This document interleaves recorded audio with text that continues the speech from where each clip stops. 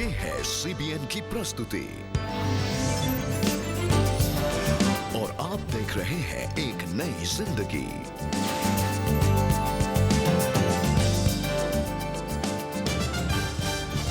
Good morning दर्शकों, welcome to एक नई जिंदगी।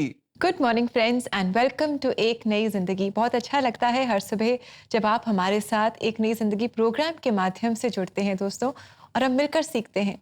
आप और हम मिलकर परमेश्वर से कुछ नया सीखते हैं। और आज हम दोस्तों जानेंगे how we can respond to the loss of a loved one. जब हमारा कोई प्रियजन मृत्यु की वजह से हमसे दूर हो जाए तो ऐसे लॉस के प्रति हमारी क्या प्रतिक्रिया होनी चाहिए।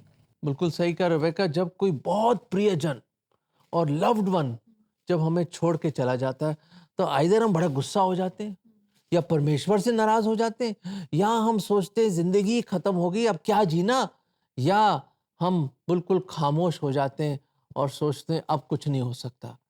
दोस्तों, क्या आप ऐसा सोच रहे हैं? नहीं, ऐसा मत सोचिए। एक उम्मीद है, एक आशा है और एक जिंदगी है जो परमेश्वर ने आपको दी है, जो उसको आपको जीना है। और ये एपिसोड आपको इनकरेज करेगा कि सब कुछ खत्म नहीं हुआ, अभी भी बहुत कुछ आपको करना है परमेश्वर के लिए। जी दोस्तों, और आज हम जानेंगे उस उम्मीद और आशा के बारे में जो ऐसी मुश्किल परिस्थितियों में भी हमें आगे बढ़ने में मदद करती है। और अब समय है कि हम देखें कि आज अल्फ्रेड हमसे क्या सवाल पूछ रहे हैं। पहचान कौन में।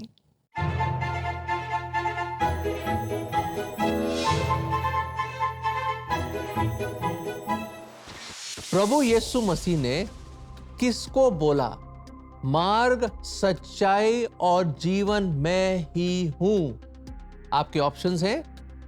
ऑप्शन ए पतरस, ऑप्शन बी यूहन्ना, ऑप्शन सी थूमा और ऑप्शन डी नथानियल।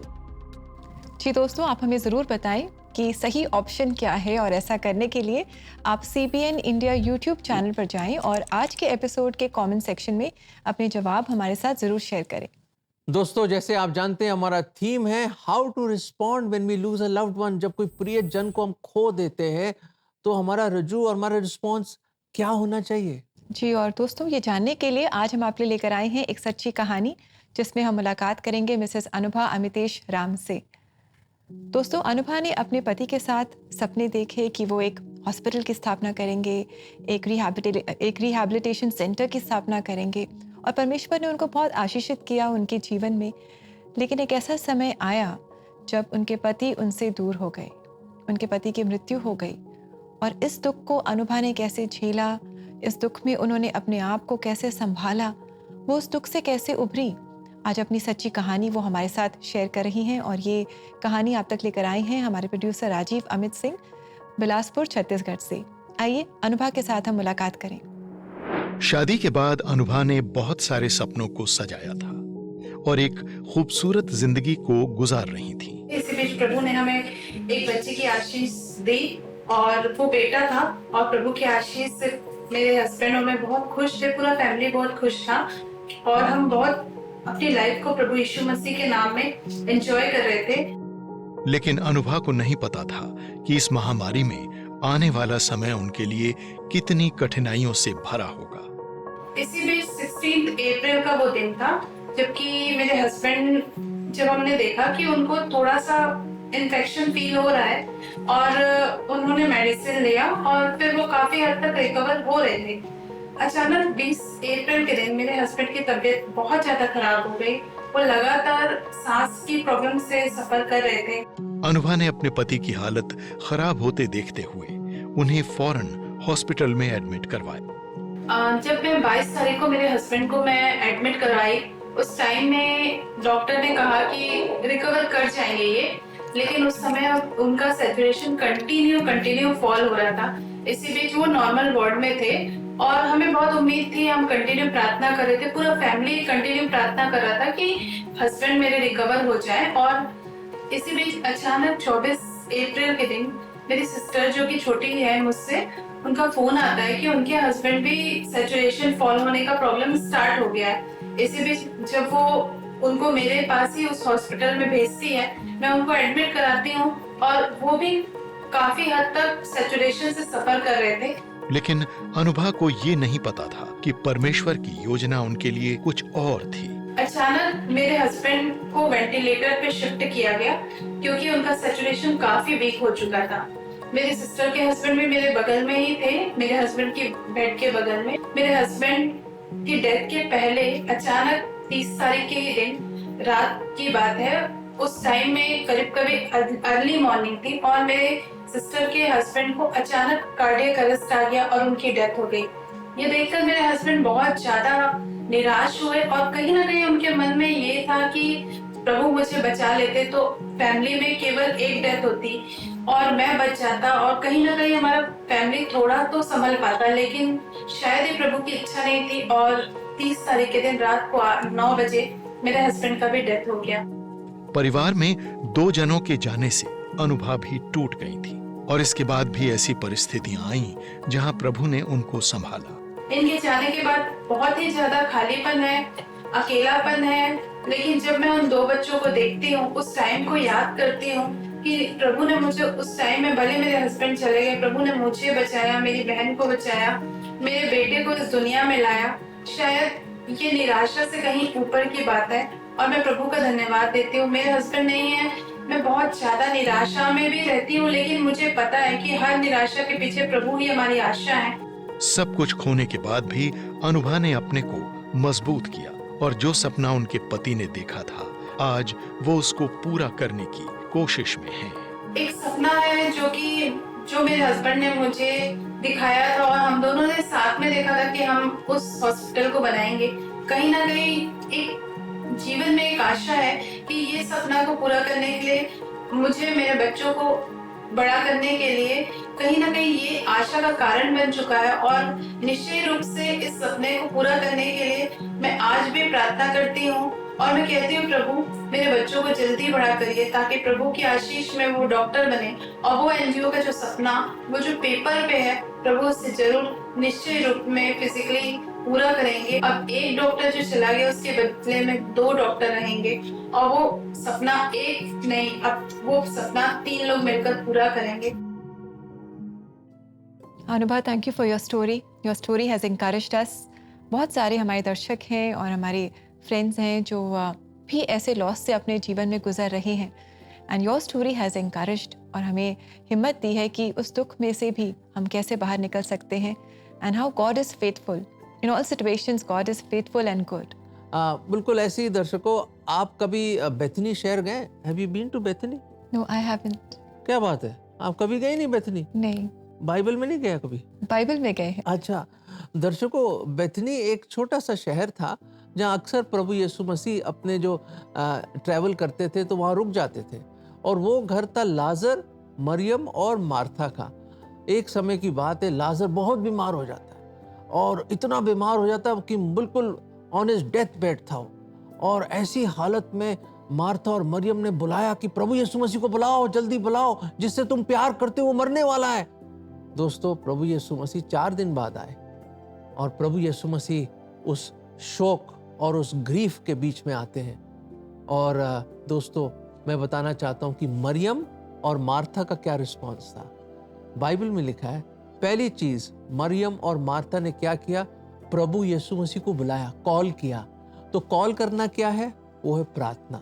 तो पहली चीज जो हम आपको बताना चाहते हैं कि ऐसी घड़ी में, ऐसी डिफिकल्ट सिचुएशन में, जब आसपास शायद कोई तसल्ली भी देना चाहे पर तसल्ली आपको महसूस नहीं कर पा रहे हो, तसल्ली, that all that comfort is no good for you, call God first. सबसे पहले खुदा की ओर देखो, क्योंकि वही आपके दर्द को समझता है। He understands your grief. दूसरी बात, मरियम क्या कर रही थी?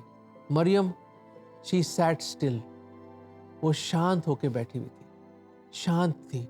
दोस्तों, शांत हो जाइए, परमेश्वर की ओर विश्वास कीजिए। उन्होंने बुलाया था, पुकारा था उसकी ओर। 4 दिन नहीं आया प्रभु, 4थे दिन आया। फिर भी उनको उम्मीद थी और प्रभु यीशु मसीह ने मार्था को बोला, पुनरुत्थान और जीवन मैं ही हूं, जो मुझ पर विश्वास करता वो मर भी जाए फिर भी जिएगा।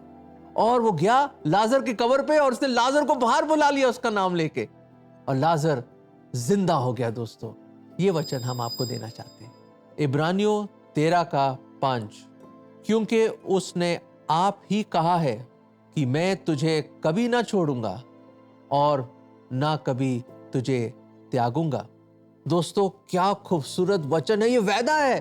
किसका वादा है? उस खुदावन का जो आदि और अंत है, हमेशा रहने वाले परमेश्वर का वादा है। मैं तुम्हें कभी नहीं छोड़ूंगा, ना कभी त्यागूंगा। दोस्तों, जब मेरे मम्मी डैडी मुझे छोड़ के चले गए, ये वचन मुझे तसल्ली बख्शता है कि अगर माँ बाप भी चले जाएं, हमारे अजीज भी चले जाएं, कि एक खुदा है जो जिंदगी में हमें कभी नहीं छोड़ेगा और वो हमें कभी नहीं त्यागेगा। ये वचन और ये प्रॉमिस आपके लिए भी है। जी बिल्कुल दोस्तों, ये वचन, ये प्रॉमिस आपके लिए भी है। जी, परमेश्वर के वचन में बहुत सारे वायदे हैं, परमेश्वर के सच्चे वायदे जिन्हें थाम कर हम अपने दुख में से बाहर निकल सकते हैं। And God is faithful, he keeps his promises, every one of them. आइए दोस्तों, हम मिलकर प्रार्थना करें हमारे चैलेंजेस के लिए, हमारे दुखों के लिए, हमारी जो प्रॉब्लम्स हैं इनके लिए हम खास प्रार्थना करें। और अगर आज आपका कोई प्रियजन आपसे दूर हो गया है बिकॉज ऑफ डेथ, मृत्यु, तो क्यों ना आप हमें कॉल करें अपने इस लॉस में। We would love to pray for you friend, dear friend, we would love to pray for you. और हमारा नंबर है 9910401010। आप हमें कॉल करें और we would love to spend time with you in prayer and to encourage you. और दोस्तों, इसी के साथ अब हम लेंगे एक बहुत ही छोटा सा ब्रेक, और ब्रेक के बाद हम मुलाकात करेंगे मिसेस लता जॉन से, और ये फिरोजपुर से हैं और आज ये परमेश्वर के वचन से हमें एक संदेश के साथ, परमेश्वर के संदेश से इंकरेज करेंगे। So friends, stay with us, we'll be right back.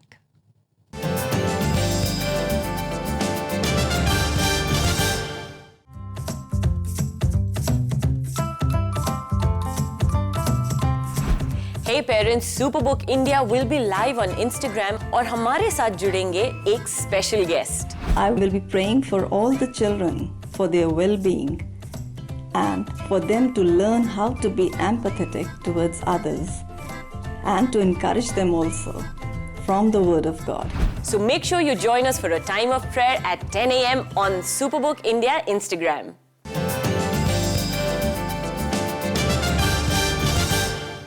Welcome back दोस्तों, और जैसा अभी आपने ब्रेक में देखा, Superbook is going live for prayer on the Instagram page on Saturday.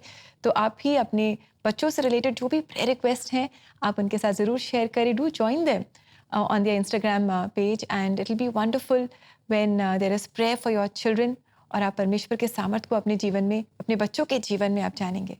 और आज का थीम दर्शकों, जैसे आप जानते हैं कि जब हम किसी प्रिय जन को खो देते हैं तो हमारा रिस्पॉन्स क्या होना चाहिए, है ना? जी, अक्सर हम सोचते हैं कि जैसे जैसे समय बीतता जाएगा तो time will heal the wounds and the grief.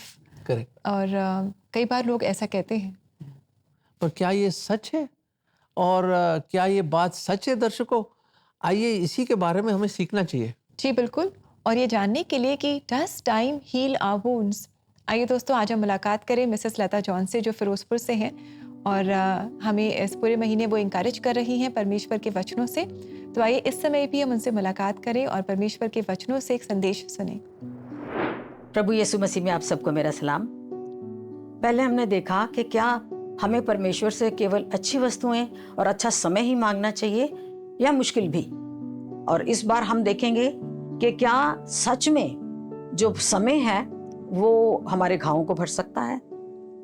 यकीनन समय एक ऐसा मरहम है जो हमारे घावों को भर सकता है, लेकिन जरूरत क्या है?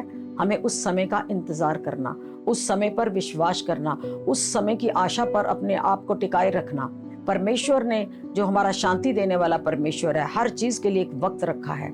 अगर हम रूथ और न्योमी, जो कि सास बहू थी, उनके एग्जाम्पल को देखें, उन्होंने कितने साल इंतजार किया, और जब न्योमी वहां से वापस आई अपनी बहू रूथ को लेकर, तो उसका पूरा परिवार उससे बिछड़ चुका था। तो उसने कहा, मैं भरी पूरी गई थी और छूछे हाथों लौटी हूँ। लेकिन खुदा ने उनकी सुनी, दुआएं करती रहीं, दोनों मेहनत करती रहीं, प्रभु से प्रार्थना करती रहीं, और उन्होंने जो कुछ खोया था सब कुछ फिर से पा लिया और खुदा का धन्यवाद करने लगी। इसी तरह हम मूसा को देखें, मूसा ने 40 साल इंतजार किया। जो सफर मिस्र देश से निकलने के बाद उस प्रॉमिस लैंड तक जाना था, सिर्फ 40 दिन का था, लेकिन परमेश्वर उन्हें 40 साल तक उन जंगलों में घुमाता रहा। क्यों? क्योंकि उन्होंने, जो लोग थे, उन्होंने बहुत बार परमेश्वर का इनकार किया, उसको आजमाया, हठी हो गए थे लोग। उन्होंने ये सोचा कि अगर परमेश्वर हमारे साथ नहीं है, क्योंकि हमें वो जंगल में ले आया, अगर हमारा परमेश्वर होता तो हमें जंगल में ना लाता। कई बार उन्होंने खाने के लिए जिद करी, परमेश्वर ने वो भी नहीं दिया। परमेश्वर आग के खंभे और छाया के बादल से उनके साथ साथ घूमता रहा, लेकिन उनने इंतजार किया और 40 साल के बाद जब वो उस प्रॉमिस लैंड तक पहुंचे तो वो देश था जहां दूध और शहद की धाराएं बहती थी और परमेश्वर ने अपने वायदे को पूरा किया। इसलिए हमें आज चाहिए कि हम भी उस खुदा के लिखे हुए, खुदा के ठहराए हुए वक्त का इंतजार करें और उसके कामों को देखें और उसका इनकार कभी ना करें। अपने आप को हठीला मत बनाएं, हठ ना करें, बल्कि उसके कामों के लिए उसका हर वक्त धन्यवाद करते रहें। अब दोस्तों हम चलते हैं और अगली बार हम देखेंगे कि दुख के समय हम आशा को कैसे प्राप्त कर सकते हैं। तब तक के लिए सबको जय मसीह की। परमेश्वर से जुड़े रहिए, अपने आप को स्वस्थ रखिए, अपने आप को अपने परमेश्वर के आगे झुकाए रखिए। धन्यवाद।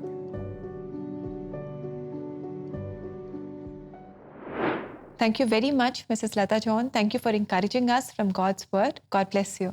सचमुच समय तो हील करता ही है, पर खुदा का कलाम कितना इम्पोर्टेंट है। एक मलहम की तरह है खुदा का कलाम, कि वो जो ग्रीफ है, वो जो दुख है, वो परमेश्वर के वचन से जो हमें सामर्थ मिलती है मेरे दर्शकों, वो और कहीं नहीं मिल सकती। तो cling to God's word and God will give you comfort and strength during this time. और दोस्तों आइए हम लेंगे एक बहुत ही छोटा सा ब्रेक और ब्रेक के बाद समय होगा प्रार्थना का। So do join us and we'll be right back.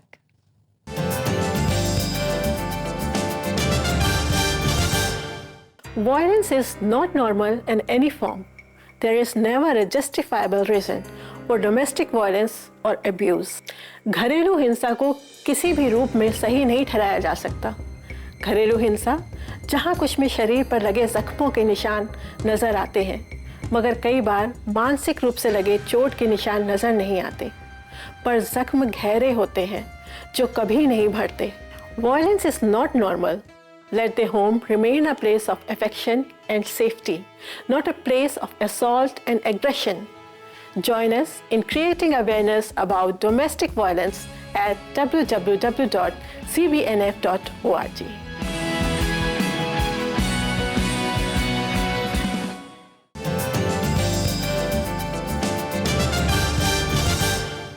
Welcome back दोस्तों।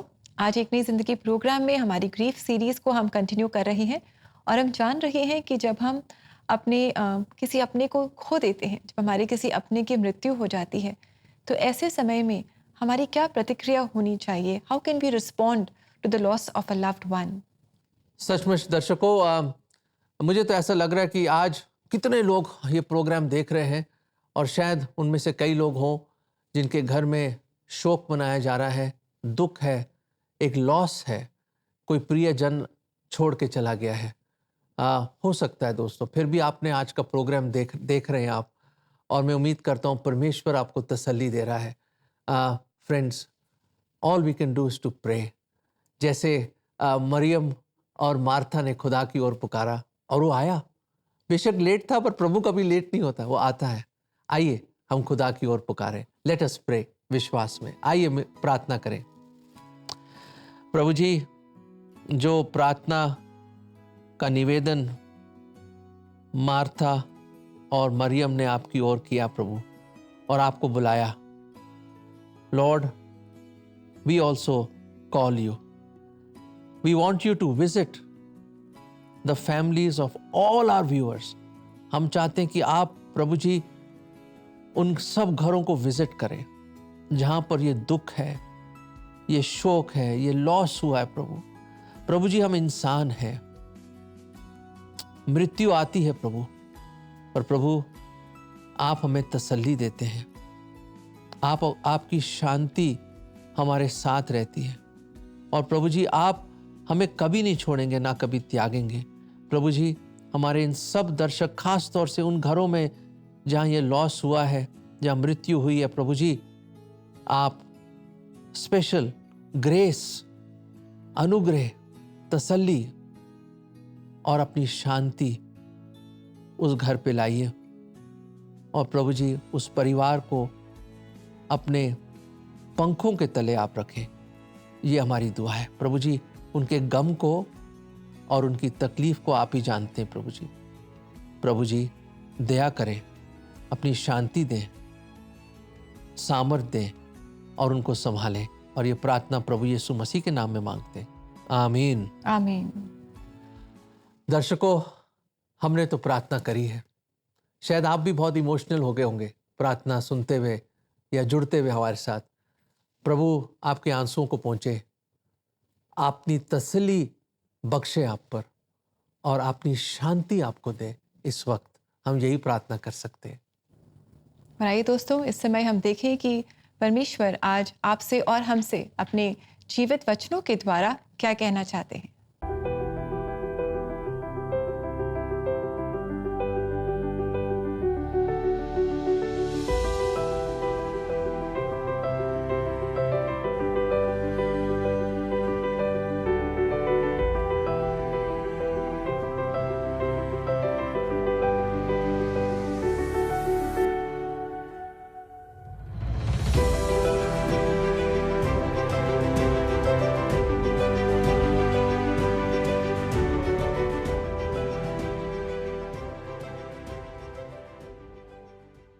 ये वचन आज हमें बता रहा है कि परमेश्वर हमारे साथ है। आज हमने जाना भी है that he will never leave us and never forsake us। दर्शकों, अब हम एक और स्पेशल पर्सन से आपसे मिलवाना चाहते हैं। वो है DCCI बिलासपुर के रेवरेंड अभिनव पॉल से, और जानते हैं उनके सेवकाई के बारे में और प्रभु के साथ कैसा उनके जीवन की यात्रा थी। आइए उनसे मिलते हैं और इंस्पिरेशन पाते हैं ताकि हम भी प्रभु की सेवा में जुड़ जाएं। मेरा जन्म पासबानों के परिवार में हुआ।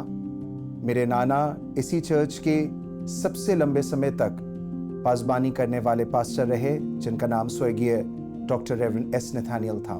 मेरी दादी के पिता भी नागरकोइल शहर में, जो साउथ में है, वहाँ पे सैल्वेशन आर्मी के पासबान थे। एक पास्टर के घर में पैदा होने के कारण और एक संडे स्कूल टीचर का पुत्र होने के कारण हमेशा से मैं बाइबल की शिक्षाओं और बाइबल की घटनाओं से घिरा रहा। मेरी कलीसियाई अपब्रिंगिंग कुछ इस रीति से हुई कि बहुत छोटी उम्र से हमें स्टेज पर रहना, बाइबल को पढ़ना और प्रार्थना करना हमें उसी समय से सिखाया गया। संडे स्कूल, जवान सभा और विभिन्न प्रकार की चर्च एक्टिविटीज़ में मैं बहुत अग्रणी रहा। लेकिन जिस बात ने मुझे सबसे ज़्यादा स्पर्श किया वो था मेरी 6वीं कक्षा में मेरा माता पिता से मेरा दूर रहना। और जब उस समय मैं उनसे दूर था, तब मेरी साथी परमेश्वर का जीवित कलाम, उनका जीवित वचन बाइबल बना। और उस 6वीं कक्षा में मैंने पहली बार बाइबल को संपूर्ण रीति से पढ़ा। और उसे पढ़ने के बाद मैं प्रभु यीशु मसीह के द्वारा दिए गए बलिदान को, पवित्र आत्मा की अगुवाई में जिए जाने वाले जीवन को और परमेश्वर के उपाय को, उस त्रिएक पिता परमेश्वर को समझ सका। उसके पश्चात 9वीं कक्षा से परमेश्वर ने मुझे जवान सभा में एक अगुवे के रूप में इस्तेमाल किया।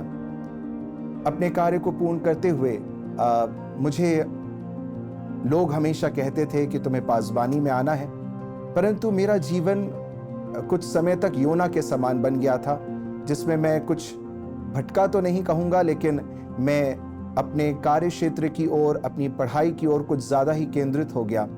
और मैंने मास कम्युनिकेशन की पढ़ाई और इंग्लिश लिटरेचर की पढ़ाई करी। उसके पश्चात मैं पब्लिक रिलेशंस की जॉब को करने लगा। 2011 में परमेश्वर ने मुझे वापस बेंगलोर शहर से वापस बिलासपुर बुलाया, और यहाँ आने के पश्चात मैंने अपनी मसीही शिक्षा दीक्षा प्रारंभ करी और 2015 में मैंने मास्टर ऑफ डिविनिटी का कोर्स समाप्त किया। 2015 से मैं एक महाविद्यालय में शिक्षक के रूप में, प्रोफेसर के रूप में काम करने लगा। लेकिन 2018 में परमेश्वर ने मुझे बुलाहट दी और मुझे अपनी निकटता में बुलाया, और 2018 से अभी वर्तमान में मैं परमेश्वर के भवन में रह करके उसकी कलीसिया की सेवकाई कर रहा हूं और उन्हें आगे बढ़ाने का प्रयास कर रहा हूं। Thank you very much reverend Abhinav Paul. Thank you for encouraging us from your life. बहुत अच्छा लगा आपसे मुलाकात करके। आपकी क्वायर के गीतों से तो हम इंकरेजमेंट पा ही रहे हैं। आज आपके जीवन से भी हमें बहुत आशीष मिली है। God bless you. दर्शकों, उम्मीद करते हैं कि आज के एपिसोड से आपको बहुत इंकरेजमेंट मिली होगी और आपको बड़ी तसल्ली मिली होगी। और समय तो पूरा हो गया। रेबेका, क्या कोई आज कोई गीत है? जी बिल्कुल, बहुत ही खूबसूरत गीत है अच्छा। जो हमारे लिए गा रही है DCCI बिलासपुर की क्वायर। और ये गीत है दोस्तों, विश्वास भी यदि कर्म सहित ना हो। आइए हम सब इस गीत के द्वारा आशीष पाएं और हम करेंगे आपसे मुलाकात अब कल एक और खूबसूरत एपिसोड के साथ। And until then have a lovely blessed day. God bless you. God bless you.